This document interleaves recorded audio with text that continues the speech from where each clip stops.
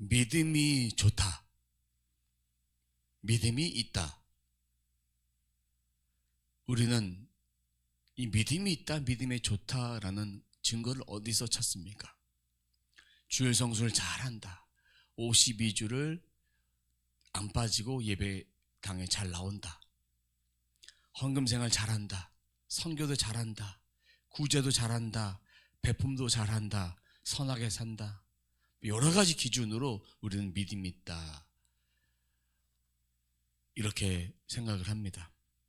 믿음이 있을 수도 있고 믿음이 없을 수도 있습니다. 진짜 예수님을 만나고 변화되어서 하나님 말씀 가운데 매일매일 일용할 양식을 먹으며 말씀 생활과 기도 생활을 통해서 내 삶에 풍성한 하나님의 주신 그 말씀을 따라서 순종하며 살아갈 때 예배 생활도, 기도 생활도, 말씀 생활도, 선교도, 구제도, 베품도, 나눔도, 선함도 다 할 수 있지만, 또 한 가지는 아직 주님을 인격적으로 만나지 못했지만 누가 하라고 하니까 계속 하는 거예요. 맹목적으로 하는 거예요. 하다 보니까 왜 해야 되는지 모르고, 기쁨으로 섬기지 못하고, 기쁨으로 예배하지 못하고, 기쁨으로 헌신하지 못하니까 의무적으로 되어져 버립니다.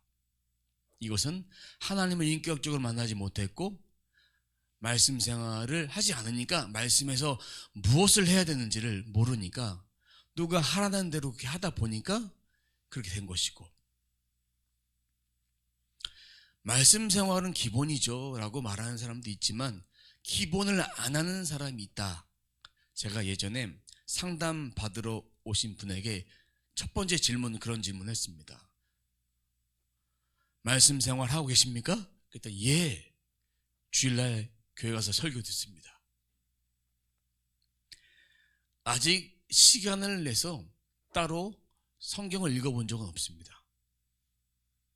말씀 생활이란 내가 하나님 말씀을 통해서, 읊조림을 통해서 말씀을 계속 읽어내려 가는, 묵상하는 것을 말합니다. 읊조림은 말씀을 읽고 내 생각을 막 생각하는 그런 것이 아니라, 읊조림은 하나님 말씀을 계속 반복해서 읽는 것을 읊조림, 묵상하다라는 그런 단어를 씁니다. 당당하게 이야기를 해요. 주님을 아직 못 만났기 때문에 말씀 생활이 뭔지도 모르고 그걸 가르쳐 주지도 않았던 것이죠. 행위로만 지킨다, 다른 사람에게 인정받는다, 주님을 위해 많은 봉사를 한다, 이것이 믿음이 있다라는 증거도 아니고 없다라는 증거도 아닙니다. 믿음은 말씀을 심령에 새기고 순종할 때 이렇게 여러 가지를 다 할 수 있는 것입니다. 생명이 있는 것, 생명이 없는 것, 어떤 걸 따를까? 생명이 있는 것 따라야 됩니다.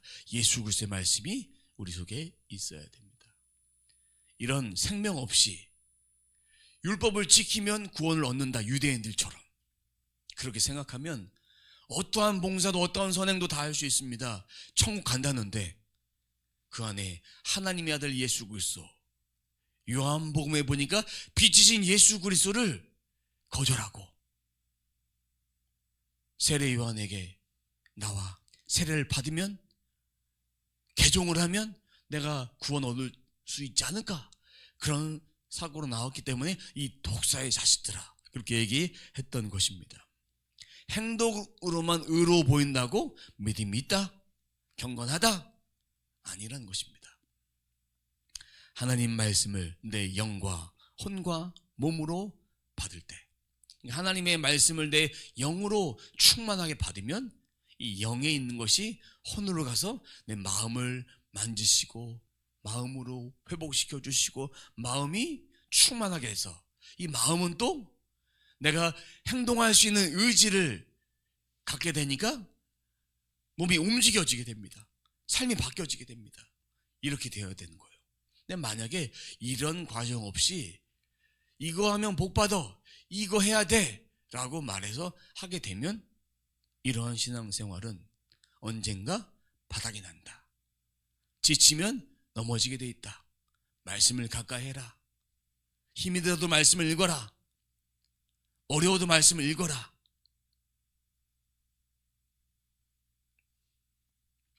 그러한 사람 가운데 하나님 말씀에 절대 순종함을 통해서 복을 주신다. 그 말씀이 그의 삶을 인도하신다. 말씀의 인도함 받으면 혈기 부르지 않고, 혈기를 부렸다 할지라도 다시 깨닫고 돌이키게 된다. 진정한 겸손, 원어의 뜻에 보면 진정한 겸손이 뭐냐? 하나님 말씀을 잘 듣고 순종한 것이 겸손이다. 내가 부족합니다. 잘 못합니다. 이거는 겸손 떠는 거예요. 겸손이 아니에요. 교만이에요. 잘하면서 못한다고 말하는 그런 남들에게 보이기 위한, 포장하기 위한 겸손이에요. 진짜 겸손은 하나님의 말씀을 잘 듣고 마음에 새기고 순종하는 것이 겸손이다. 오늘 본문에서도 다윗도 사울을 얼마든지 죽일 수 있었지만 하나님께 맡겼어요. 하나님 말씀을 듣고 그 말씀에 순종하는 겸손한 사람이었다. 하나님 말씀에 청종하는 삶을 살았다. 그것이 바른 믿음이요 좋은 땅에 말씀이 심겨진 그런 믿음입니다. 오늘 본문을 중심으로 말씀을 풀어보도록 하겠습니다. 본문에 보면 다윗이 광야 하길라 산에 숨어 있다는 소식을 10사람들이 알려줘서 사울은 3,000명의 군사들, 상비군들입니다. 사울이 항상 준비되어 있는 군사들 3,000명의 군사를 이끌고 하길라 산으로 왔습니다. 하길라 언덕으로 가게 됩니다. 다윗의 부대는 600명, 600대 3,000. 수학적으로 계산해보면 5대1로 싸우는 거예요. 사울은 이기겠다, 잡을 수 있겠다. 한 명을 잡기 위해서 3,000명을 동원했다. 600대 300일 수 있지만 이거는 1대 3,000명이 온 거예요. 다윗만 잡으면 끝나는 거예요. 3절 말씀 보겠습니다. 사울은 여시몬 맞은 쪽 하길라산 속으로 들어가 길가에 진을 쳤다. 이때에 다윗은 바로 그 광야에 있었기 때문에 사울이 자기를 잡으려고 그 광야로 쫓아온 것을 알게 되었다. 사울이 다윗을 잡으러 왔고, 또 다윗은 사울이 왔다는 소식을 듣고 정찰병을 보내서 어디쯤에 왔는지를 소재를 파악하게 됩니다. 사울과 다른 점이 뭐냐? 사울은 다윗이 어디 있다는 정보를 줬을 때 직접 3,000명을 끌고 왔어요. 다윗은 정찰병을 보내서 어디에 있는지, 어떤 상황 속에 있는지를 먼저 보게 됩니다. 4절에 보니까 정찰대원을 파견했다. 5절에 사울이 진치고 있는 곳을 가보게 시킨 거예요. 어떤 상황인지를. 5절 하반절 말씀 읽어보도록 하겠습니다. 사울과 넬의 아들 아브넬 군사령관이 자고 있었는데 사울은 진의 한가운데 자고 그의 둘레에는 군인들이 사방으로 진을 치고 있었다. 전 군사들이 원형을 그리면서, 사울 왕은 이 가운데 있고 원형을 그리면서 왕을 보호했습니다. 근데 그 가운데에 사울도 자고 있었어요. 그리고 여기 보니까 아브넬 사령관도 자고 있었다는 얘기는 사울 옆에서 자고 있었다는 것이 아니라 좀 떨어진 거리에서 잠을 잤다. 결국 모든 사람이 다 잠을 잤다.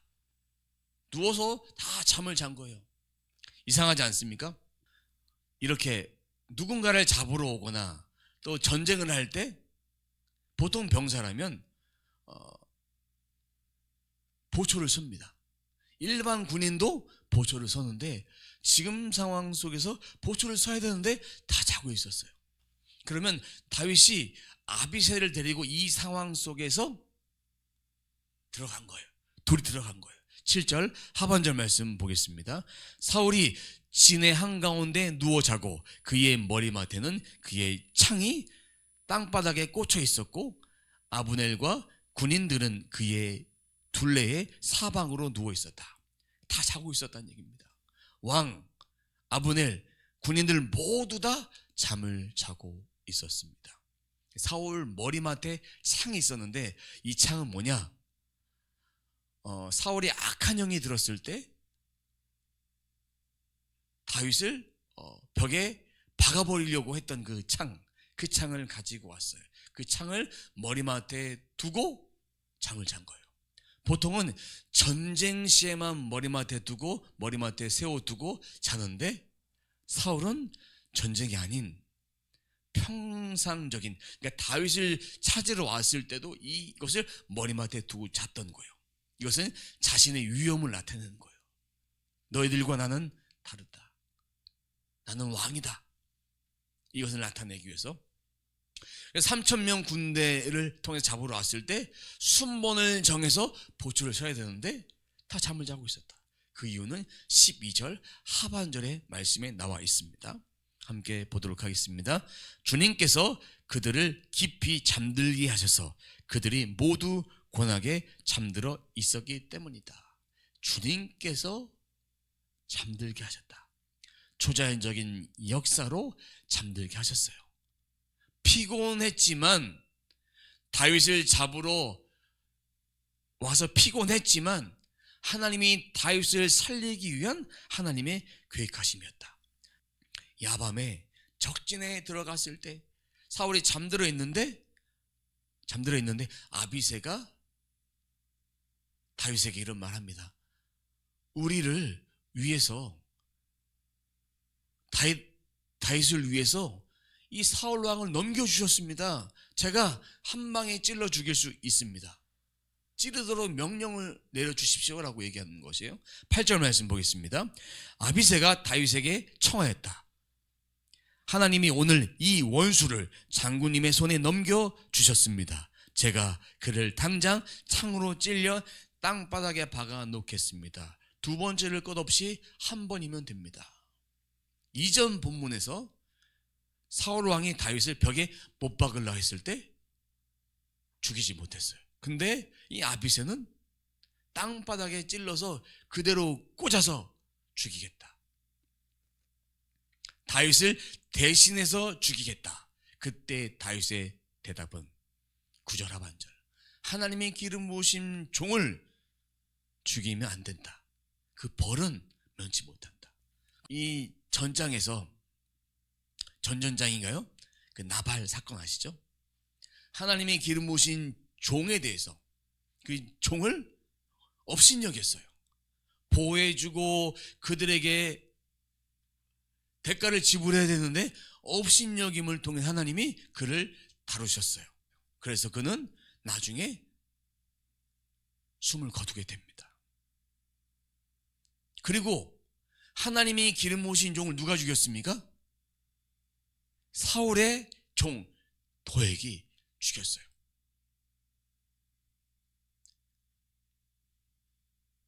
이렇게 하면 안 된다. 이미 그 사실을 다윗은 알고 하나님이 기름 부으신 종을 죽였다가는 벌을 면치 못한다. 나발 업신여겼다. 사울, 하나님 반드시 심판하실 것이다. 어떻게 심판하실 것이냐? 전쟁터에 죽던지, 하나님께 벌을 받아 죽던지, 나이가 많아 죽던지 죽을 것이다. 내가 하지 않겠다. 하나님 대신 갚아 주옵소서. 9절 하반절에 보니까 기름 부음 받은 자, 히브리어로 마쉬아흐라고 합니다. 마쉬아흐, 이거는 하나님에 의해서 성별된 자, 선지자, 제사장, 왕, 이런 사람들, 대제사장, 하나님의 일을 감당하는 그런 사람들인데 그 사람들의 생명은 하나님께 있다. 그의 생명을 취하는 것도 하나님의 권한이 있다. 권한이 있다. 오직 하나님만이 심판할 수 있다. 그래서 율법에도 기름 부은 자들을 죽일 수 없다 돼 있어요. 하나님은 모든 생명을 귀하게 여기시지만 특별히 제사장은 살인으로 죽여서는 안 된다. 율법을 범하는 것이다 말하고 있습니다. 모든 선악간의 판결은 하나님께 맡겨야 된다. 맡겨야 된다. 그래서 다윗은 사울을 죽이지 않았던 거예요. 이 기름 부음, 마쉬아흐가 다윗으로 넘어가는 거예요. 이것을 알았기 때문에 다윗은 하나님 말씀에 그저 청종하고 순종할 수밖에 없었어요. 하나님이 금하셨기 때문에 안 한 거예요. 사울을 보호해 주어야겠다라는 그런 마음 때문에, 인간적 마음이나 또 사울을 다시 한번 기회를 줘서 나에게 마음을 바꾸기를 바라는 그런 마음이 아니라, 하나님의 말씀에 그렇게 되어 있으니까 안 죽이고 물병하고 창만 가지고 나옵니다. 11절에 보면 물병과 창만 가지고 나오라고 해서 가지고 나옵니다. 이게 증거가 돼요. 어떤 증거냐? 내가 당신 마음만 먹이면 죽일 수 있었다. 전장이 어떻게 됩니까? 사울 왕이 뒤를 보러 가다가 급해서 볼일 보고 있을 때 옷자락을 잘라버려요. 죽일 수 있었는데 당신을 내가 죽이지 않았다. 기름 부으심 받은 사람이니까, 왕이니까. 이제 챙겨서 하길라 산 꼭대기, 지금 사울 왕이 있는 반대편으로 가서 외칩니다. 그때 아브넬에게 소리를 칩니다. 쳐서 아브넬을 책망을 합니다. 16절입니다. 함께 읽어보도록 하겠습니다. 너는 이번에 너의 책임을 다하지 못했다. 주님께서 확실히 살아계심을 두고 말하지만 너희가 주님께서 기름 부어 세우신 너희의 상전을 보호해 드리지 못했으니 너희는 이제 죽어 마땅하다. 그러므로 너는 이제 왕의 창이 어디로 갔으며 왕의 머리맡에 있던 물병이 어디로 갔는지 어서 찾아보도록 하여라. 아브넬이 책임을 다하지 못하고 잤어요. 왕을 지켜야 되는데 깊은 잠에 취했어요. 근데 여기 말씀에 보면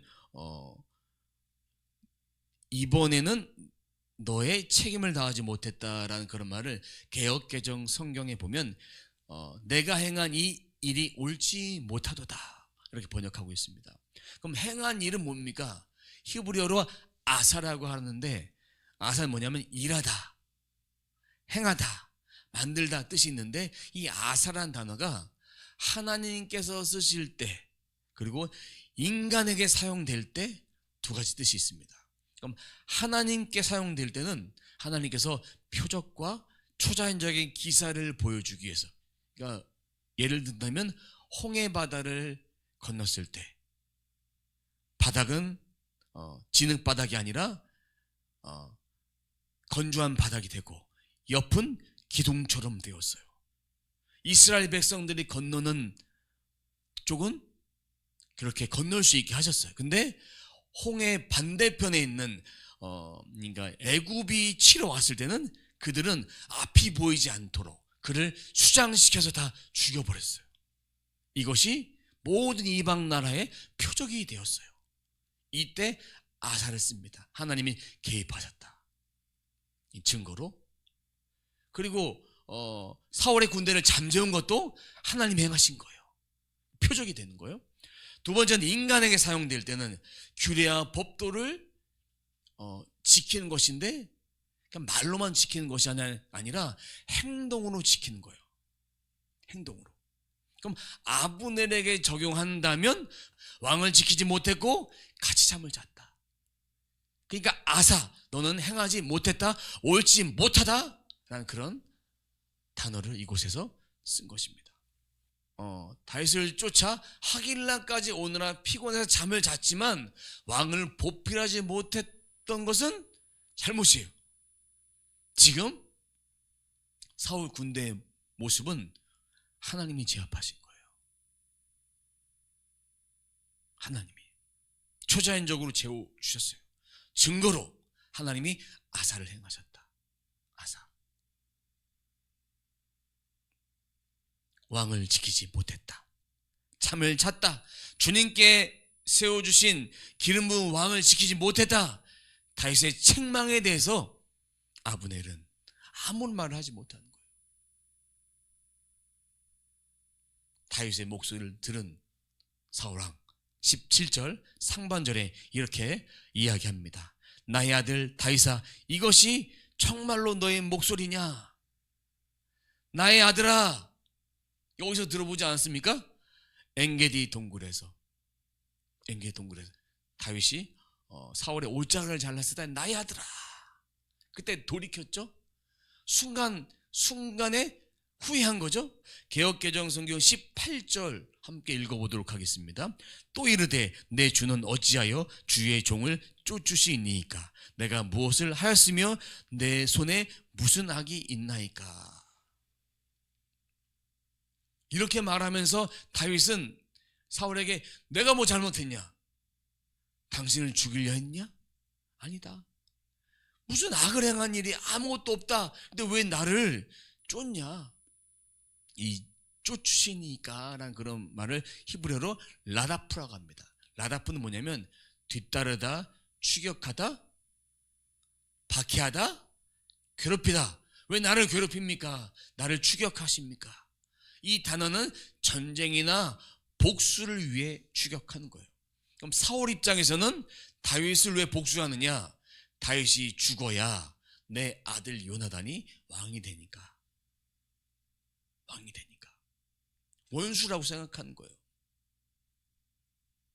사울은 천천히요, 다윗은 만만히로다. 다윗이 더 높아지는 것을 원치 않았던 것입니다. 쫓으시니까 돼 있죠. 근데 세번역 성경에 보면 사냥하러 나오셨습니까? 임금님의 종을 사냥하러 나오셨습니까? 라고 돼 있어요. 근데 그 의미가 추격하다, 쫓다, 잡다인데 나중에 보면 이 말씀 저 뒤에 후반부에 보면 다윗이 사울에게 했던 말이 있어요.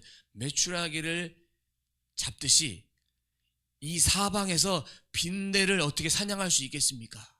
이런 말을 비유를 통해서 말합니다. 그것과 연관시켜서 오늘 이 본문에서는 세번역 성경에서는 사냥하러 나오셨습니까? 라는 그런 단어를 쓴 거예요. 연관시켜서.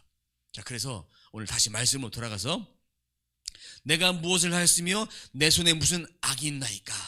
이 말은 사울의 태도가 부당하다. 나는 당신을 보호해 주었고 당신을 위해서 나가서 싸웠고 당신을 위해서 시키는 것을 다 했습니다. 사울의 부당함을 일깨우기 위해서 반어법을 쓴 거예요. 나는 악한 일을 한 적이 있는지 한번 말해보세요. 악한 일을 한 적이 없습니다. 나는 악인이 아닙니다. 왕을 위해 충성했고, 근데 왜 왕이 나를 죽이려 하니까 난 도망친 것밖에 없습니다. 그러면서 19절을 이어갑니다. 19절을 읽진 않겠지만 요약해보자면 하나님이 나를 치라고 하셨다면 제가 하나님과 관계를 회복하기 위해서 제물을 드려서 제사를 드리겠습니다. 하지만 사람이 누군가의 말에 의해서 저를 붙잡으러 쫓으러 왔다면 그 사람 저주받을 것이다. 내가 그 사람 때문에 이방 땅에 쫓겨서 그렇게 고생하며 그곳에 산다는 것은, 내 기업도 받지 못한다는 것은 저주입니다. 그렇게 얘기를 하니까 사울 왕이 잘못했다. 내가 어리석다. 내가 큰 잘못을 저질렀다. 라고 하면서 그냥 순간에 돌이킴밖에 없었어요. 순간에 후회밖에 없었어요. 그는 회개하지 않았다. 회개하지 않았어요. 무슨 회개를 했어요? 어리석은 일을 범했다. 왕에게 충성된 종이었는데 죽일 수 있는 그 상황 속에서 칼, 물병 그거 들고 나왔는데 그 증거가 있잖아요. 죽이지 않았다. 그러면서 종을 보내서 당신의 칼과 물병을 가지고 가게 하십시오. 그리고 나서 이제 둘은 헤어집니다. 왕은 왕의 궁전으로 가고 다윗은 다윗의 길로 갑니다. 이제 사무엘상에서는 더 이상 사울과 다윗은 만나지 못합니다. 만날 길이 없어요. 그리고 이 사건이 이렇게 헤어진 뒤로 약 5년이 흐른 뒤에 블레셋과 사울과의 전투에서, 길보아 전투에서 사울 왕의 일가, 그의 아들은 다 그곳에서 다 전사해서 죽습니다. 죽어요. 그때 25절 말씀 보면 이런 말씀이 있어요. 너는 참으로 일을 해낼 만한 사람이니 매사에 형통하길 바란다. 이거를 개역 개정 성경에서는 이 일이라는 그런 말을 큰 일이라고 말합니다. 무슨 일이냐? 너는 왕으로 승리할 것이다. 사울 왕도 이미 알고 있는 것입니다.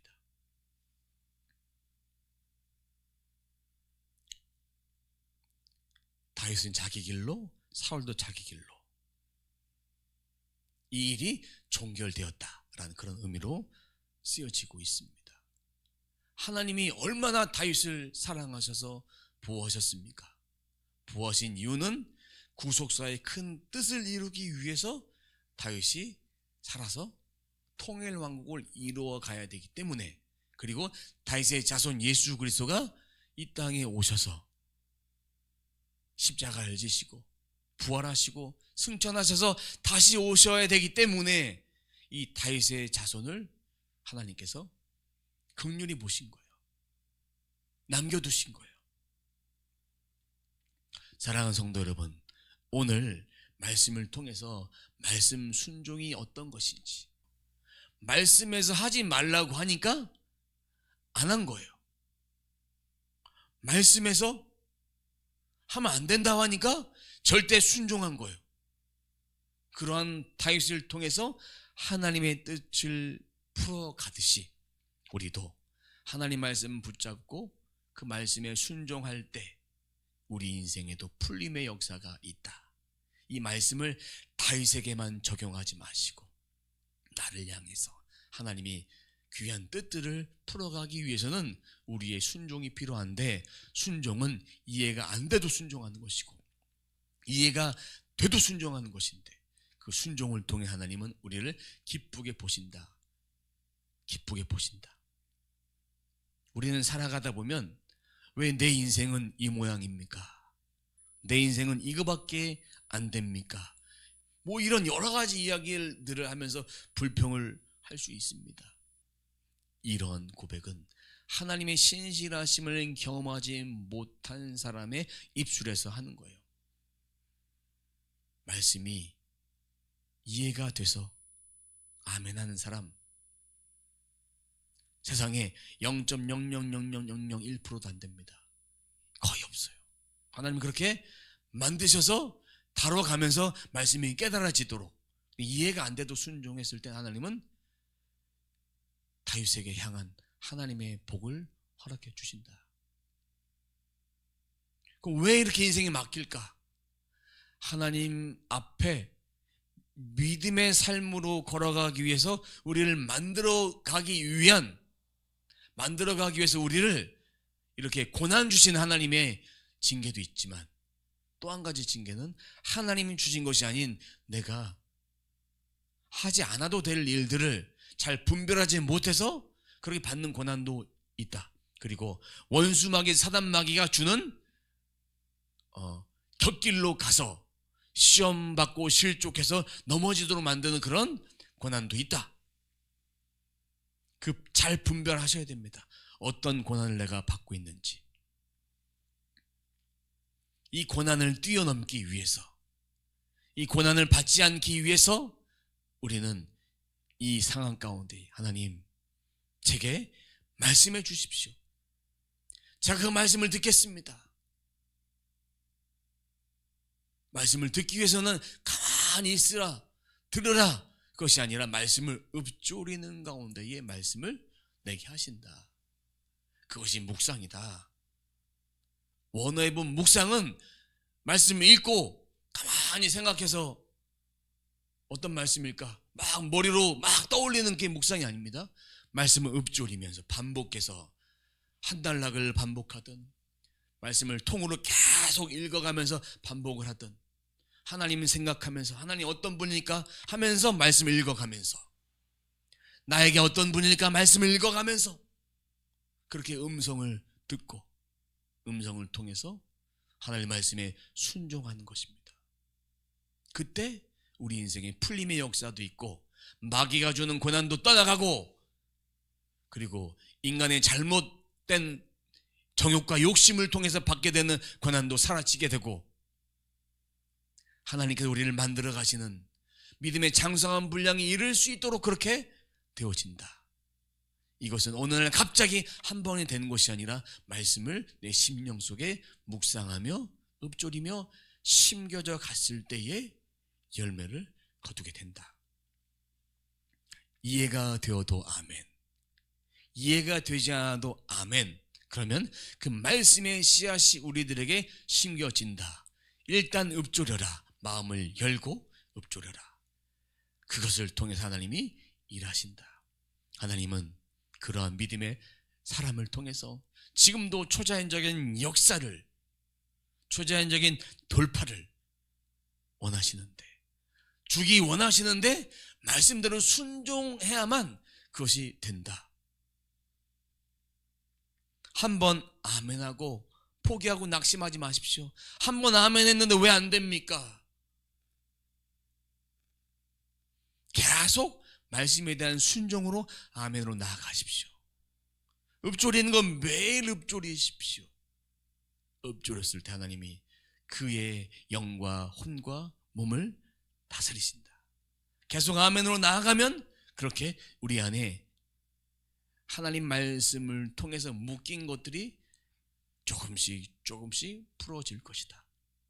육신에 묶인 거, 마음에 묶인 거, 우리의 연약함들 다 주님께서 다 아시고 해결해 주신다. 그것을 믿는 것이 믿음이다. 말씀을 믿는 것이 믿음이다. 남들에게 잘 보이는 것이 믿음이 아니다. 어떤 행위가 믿음이 아니다. 믿음이 있으면, 순종하면 이것도 하고 저것도 하고, 한 번도 하고 두 번도 하고 계속 할 수 있는 거예요. 의지적으로 하지 마십시오. 믿음을 들여서 하나님 말씀을 읊조리는 것부터 하십시오. 그 순종이 안 되는 사람이 무엇을 하겠습니까? 어떤 봉사도 했다가 넘어지게 마련입니다. 칭찬받아야 하고 잘한다 하고 격려해 줘야 하고, 하나님이 그 이 땅에서 격려 받으면 내가 너에게 줄 상이 없다고 말씀하셨잖아요. 그런 마음을 가지고 우리는 하나님 앞에, 예수 그리스도 앞에 철저하게 순종했을 때 우리의 묶인 것들 다 정리가 되고 풀려나는 역사가 있게 될 것입니다. 바라기는 우리 모두가 하나님 주신 초자연적인 돌파를 경험해서 이것이 주님께서 내게 주신 은혜임을 고백합시다. 말씀을 통해서, 순종함을 통해서 주시는 것이 은혜임을 고백하며 그것이 돌파를 가져다 주는 것을 깨닫는 저와 여러분의 삶이 되시길 주님의 이름으로 축원합니다.